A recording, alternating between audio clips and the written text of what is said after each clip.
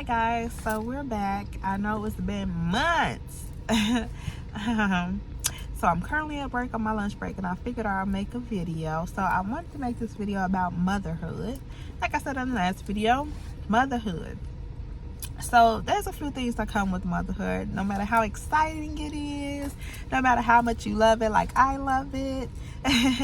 However, there is a few things. So I want to talk about maybe two things related to mental health. Number one, sleep. Okay, so my little one is 4 months now. It has gotten better that he's sleeping 4, 5, 6, 7 hours now.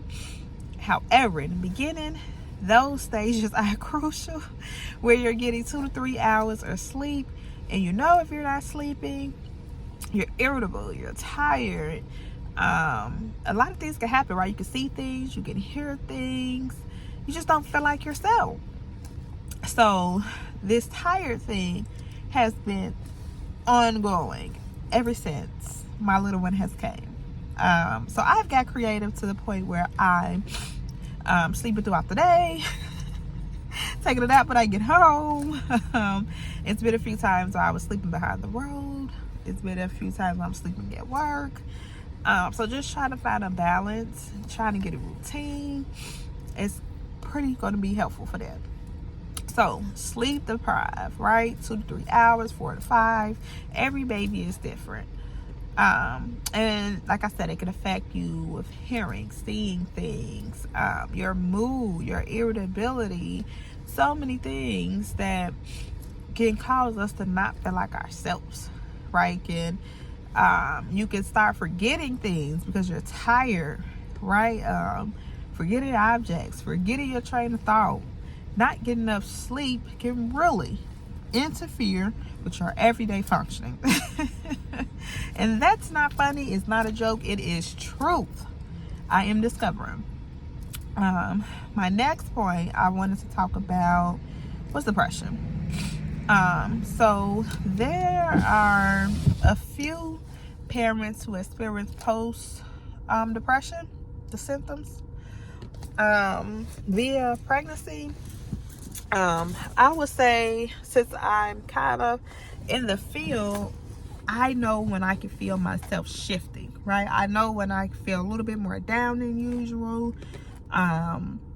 Maybe I'm a little bit more serious, more critical, more irritable. I'm sleeping more, right? All of the signs of depression. So one thing is you can't sleep, right? So your mood, you're irritable. Maybe you are forgetting things, right? And then here comes the other stuff, all right? You're feeling down, you're at the house, you're taking care of your child, you're not really having a lot of time for you, right? So this channel, I really push self-care. I really push taking care of yourself, doing something for yourself to cheer yourself up, paying attention to yourself to know that what's the difference, right? What's the difference between your happy day and your down day, your depressed day, so on. So my experience was just being mom, right? Just being stuck in the mom role where baby come first. And that's extremely great. Extremely great.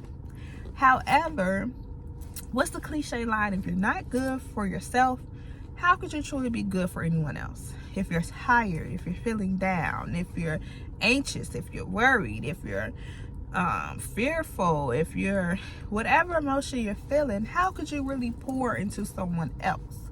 So I had to start pouring some stuff in my day, doing my self-care, hair done, nails done, getting in the shower. It turned into little things like squeezing the shower in, having a moment just to turn to the side that I can't sleep on because my little one likes to snuggle, turning to the opposite side, on my left side to sleep, taking a nap. The little things that makes a world of a difference when you're going through a time where you definitely don't feel like yourself, right? It's an adjustment period. So I had to start incorporating some self-care. I had to notice, okay, right? Candace, you're feeling a little bit different. You're in the house, you're taking care of the baby, it's all about the baby, you're putting yourself last, right? You're not eating to the end of the day, you're not showering to the end of the day. And like I said, that's great. However, there's so many roles to us. There's mom, there's friend, there's wife, there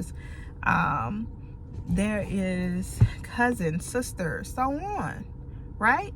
So we can't get lost in our roles, and we have to find a way to get our self-care. Go out for a walk, just go to the store, something where it's just a moment you have to yourself for yourself.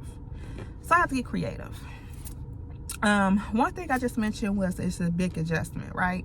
So another point I want to mention is when you have something so big in your life where your routine has changed, you have a new birth, your family is all affected, you can go and have an adjustment disorder, right?